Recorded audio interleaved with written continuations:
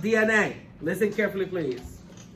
I'm going to first talk about DNA and also follow up by RNA, and then I'll go back to the carbohydrates. All right. The monomer that I have now is now called a nucleotide. When we're talking about DNA, the monomer's name is nucleotide. And you'll see that coming up and what it's made up of. If we were talking about proteins, and we will, hopefully today, the monomer would be the amino acids. And there are 20 of them. If we're talking about carbohydrates, the monomer would be called a monosaccharide, single sugar. Saccharide means sugar. So the monomers of carbohydrates are called monosaccharides. The monomers of proteins are the 20 amino acids. And the monomers of DNA/RNA are called nucleotides. And we'll show you that.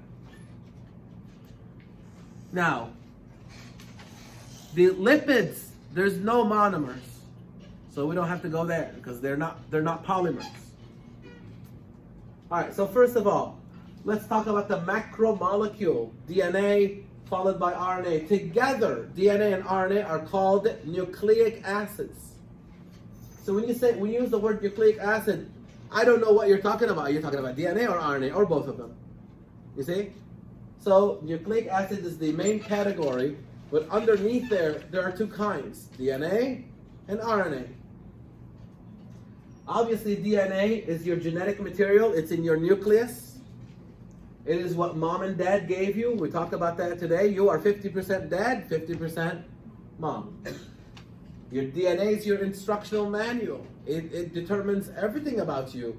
How tall you are, how short you are, your complexion, your predisposition to disease, everything about you, right? But they do it through something called gene expression. What DNA does, DNA has the genetic code to make proteins. So you want to make a protein called catalase? Well, you better have the gene for that. You want to have your blue eyes be blue? Well, you better have the gene for that, and so forth. But the interesting thing is this. The instructional information is in your DNA, but to make the protein, there's an intermediate molecule called RNA. So DNA does not go directly to protein. Your gene, let's say for example you're making catalase. Your catalase gene is going to be copied into RNA. And we call that transcription. And then the RNA is going to be read by a translator called the ribosome to make the protein. The whole thing is called gene expression. That is chapter 17 in this semester. And here is the process right here. Your DNA or your gene is going to be copied into something called the messenger RNA. The little M stands for messenger. It has the message. The message to do what? To make proteins. Which protein? Well, it depends on which gene you're talking about. So let's say we're talking about the catalase gene, and we'll talk about it in another lab. Then this will be the catalase mRNA. That means it has the message to make the catalase protein. Then the mRNA will leave your nucleus. Why? Because the ribosome is outside. And the ribosome, you guys will talk about this shortly here, is your translator of the message. It's amazing how this works. The ribosome will sit on the messenger RNA and scan it, meaning it will read it. And by reading it, it will know, oh, he wants catalase. It's amazing how it works. The ribosome knows exactly what you want based on the sequence of the mRNA. And it will make that protein. And that is chapter 17 in one slide. But we will get into it a lot deeper than that. All right? And again, we call that gene expression. So the two molecules that we'll be talking about in this section is your DNA and your RNA. what they're made up of and so forth. So the monomer of DNA and RNA, the single subunit, is called a nucleotide. Okay, I take one nucleotide, add it to another one, add it to another one, add it to another one. What reaction am I carrying out? Come on. Dehydration. What is being lost? Water. It is no different than what I told you before. See, in the beginning, I was just general. I called them monomers. And I was just describing the reactions, the building up and the breaking down. But now I'm being specific. This marker is now a nucleotide, so I'm making DNA or RNA. Now, once I have it all together, now what do I have? I have a polynucleotide. What does the word poly mean? Multiple or many. So nucleotide, dinucleotide, eventually you're going to have a polynucleotide. Like this, that's a polynucleotide. So technically, yeah, it's true. DNA is a polynucleotide because it has many nucleotides, a lot of them.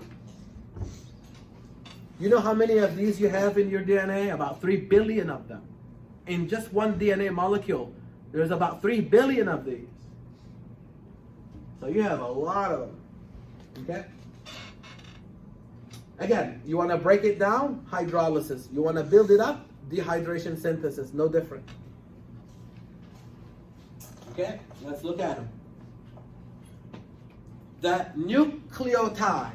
Now, we have students who go to micro, A&P, whatever, and claim that their Gen Bio professor, which would be me, never talked about DNA. What am I talking about right now? DNA. So I don't believe you. About 1/3 or maybe even 1/2 of Gen Bio 1 is about DNA. There's no way your professor does not talk about DNA. They do. You may not know it's DNA. That's a different story. All right? Well, this is DNA. This is the nucleotide. This is this guy. Look at that. My marker now is a nucleotide, a single subunit that will eventually be used to make DNA or RNA. So it's made up of things, just like this marker. Look at this marker. It has a cap. It has whatever that is, and the tube. You see? Put them together. What do I have? I have a marker. If I take this only, what do I have here? I just have a cap. Let me try this here. It doesn't work. You see? I have to have all 3 parts for me to call it a marker. See? Same thing here. Look.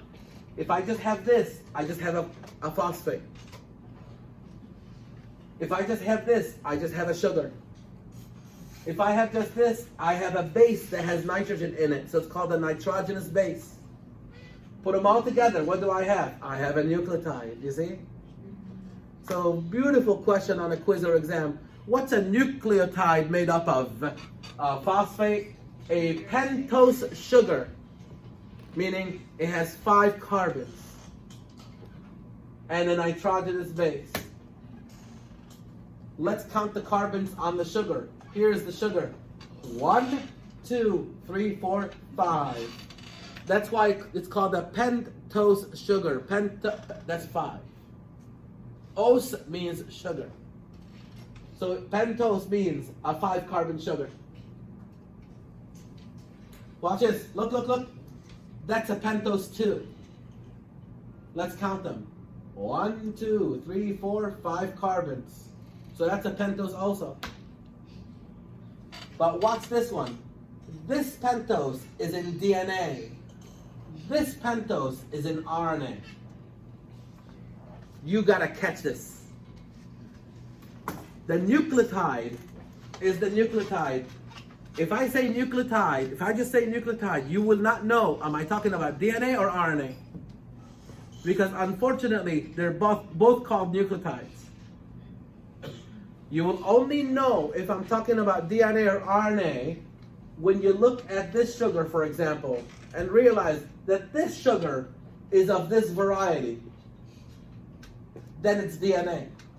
Or this sugar is of this variety, then we're talking about RNA. I mean, it's in the name. DNA is deoxyribonucleic acid. Watch this. Deoxyribose sugar. So DNA has a pentose sugar called deoxyribose. RNA is ribonucleic acid because it has the ribose sugar. That's the difference between the two nucleotides, the DNA nucleotide and the RNA nucleotide. Look at the sugar. If it's deoxyribose, it's DNA. If it's ribose, it is RNA. Now, if you look at the both of them, look at them, look. There's very minor difference between them. And it's right here. Now, I have some students who say, you've never said this. Well, I'm saying it. So listen to it. That means it's on the exam. It's the second carbon. Look at the second carbon. In deoxyribose, it has a hydrogen. In ribose, it has OH. That's the only difference between them. Don't look at the number of carbons because they both have 5. The only difference between these two is in the second carbon. This one has hydrogen, this one has oxygen and hydrogen. Or you can think about it this way. Watch, watch, watch. This one does not have oxygen. Why do I want you to think about it that way? Because that's what deoxyribose means. Deoxy means without oxygen. Watch this. This is this without this. Look at it. So this is a ribose that does not have oxygen. That's why it's called deoxyribose. So the only difference between the two pentose sugars in DNA and RNA is in the second carbon of the sugar. And that second carbon is called the 2'. 2 with a prime symbol on top of it to distinguish this carbon from the carbons inside the nitrogen base. The nitrogen-based carbons are labeled 1, 2, 3, 4, whatever. But these carbons are labeled 1', 2', 3', 4', 5'. To tell you these are the sugar carbons. Okay. Now, what's happening at the first carbon? Look at it.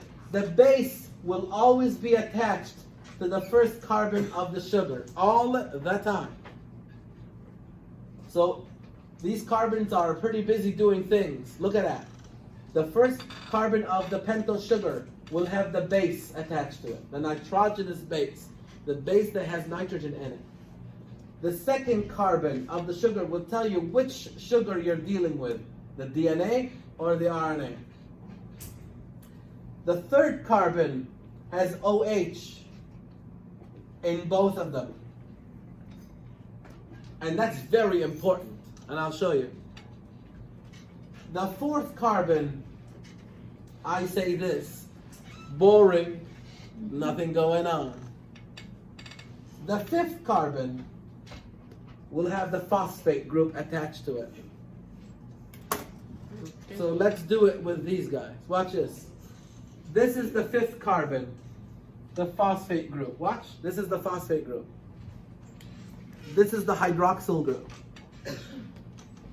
That's this one, hydroxyl. I have a nucleotide that has a phosphate and a hydroxyl. You see that? I have another nucleotide that has a phosphate and a hydroxyl. Watch this. I'm going to attach them like this. The phosphate of this marker or nucleotide will attach to the hydroxyl that's in the 3' carbon of this one. And it will create a new bond. What reaction happened here? What am I losing? Water. What's the name of the reaction? What's the type of bond? Covalent. No different. The name of the bond is called the phosphodiester bond. The name of it.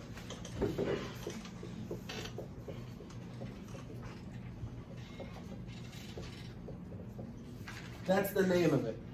Phosphodiester bond. See, you are human. but you're named whatever, Paul, let's say. Your name is Paul, but you're human, you see? Or your name is Susie, but you're human.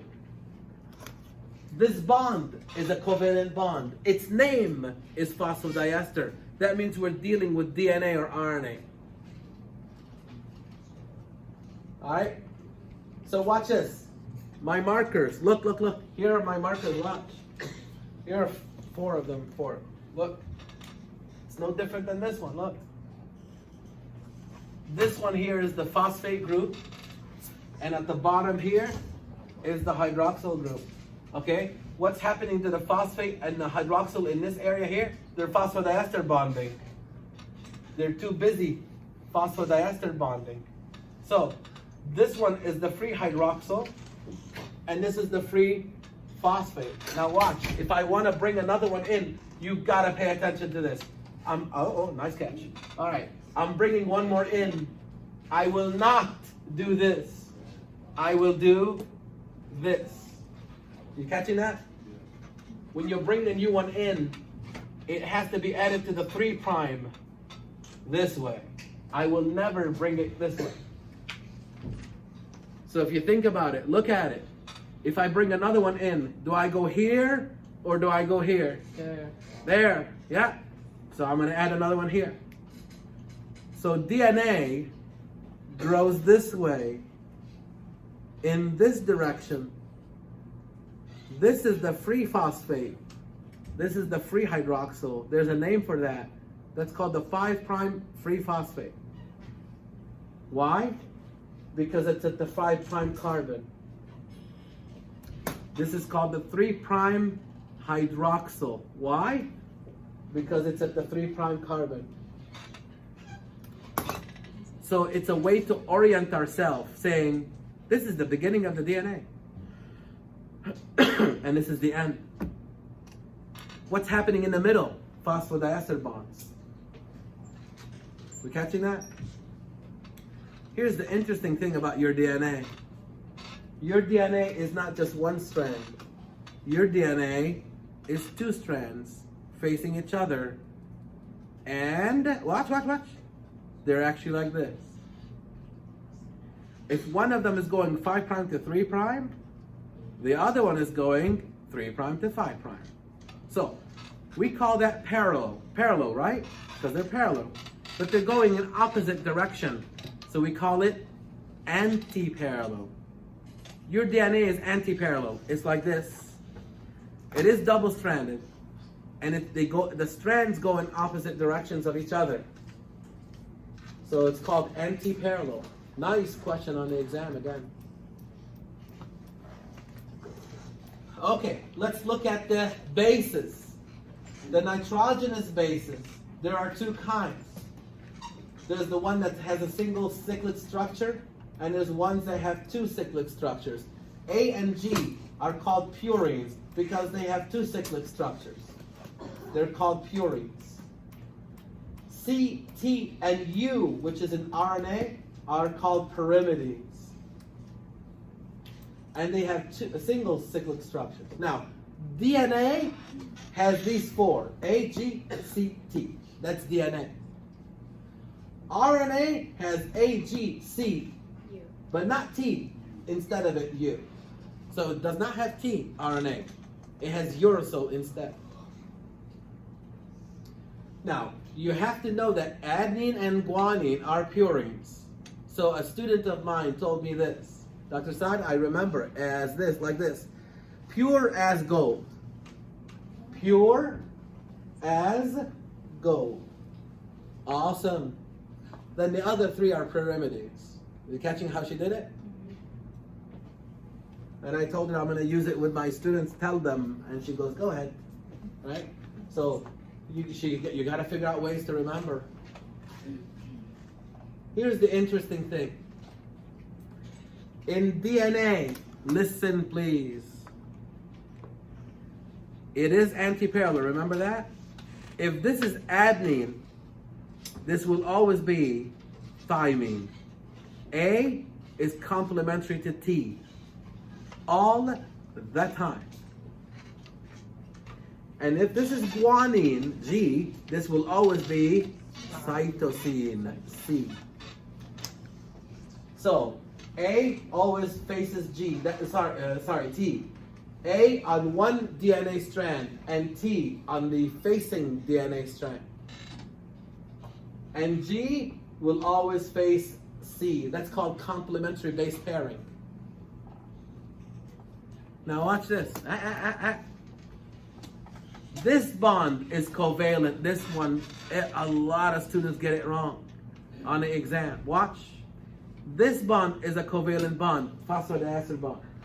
This bond is a covalent bond, phosphodiester bond. That's one strand. This one, phosphodiester, that's another strand. Now, how do two strands bond to each other? That's hydrogen bonding. The bond between the strands, the A and the T, hydrogen bonding. The G and the C, hydrogen bonding. Now watch, again, a little bit more detail. A and T, there's actually 2 hydrogen bonds. G and C, 3 hydrogen bonds. So you tell me, which one needs more heat to break? The G and C. The G and the C, because there's more hydrogen bonding. Good job. Let's do it again. A facing T, that's complementary base pairing, 2 hydrogen bonds. G facing C, complementary base pairing, how many hydrogen bonds? 3. 3. But the bond that makes the strand within the strand, that's called a phosphodiester bond. Where the hydrogen bond is the one that when you take the 2 strands, put them together. So look what I can do to your DNA. I can take your DNA and heat it and separate the strands. You see that? Cool it down. Watch, watch. It comes back together. It's amazing how it does that. And we can do that in the lab. So this is DNA, it is double-stranded. This is RNA. The only difference between DNA and RNA, number one, RNA is single-stranded, not double-stranded. Now, this may look like it's double-stranded. No, it's not. It's just folded. It's just folded in on itself to create 3-dimensional structures here. See, if I ask you to come up here, hold this strand at the end, and I hold the other end, and we pull, we're going to have one ribbon. But if I do that with DNA, you're going to get one, and I'm going to get the other one, because DNA is double-stranded. So DNA has 2 strands, and they're antiparallel. A always goes with T, G always goes with C. And it's hydrogen bonding that's holding them. See? Dotted line. Hydrogen bond. Now, the hydrogen bonds that holds these guys together is for structural purposes, 3-dimensional shape of the RNA. But in this case, it's going to be, because it's RNA, it'll be G and C, just like DNA, but it'll be A facing uracil, not thymine. Why not thymine? Because RNA does not have thymine. It has uracil instead.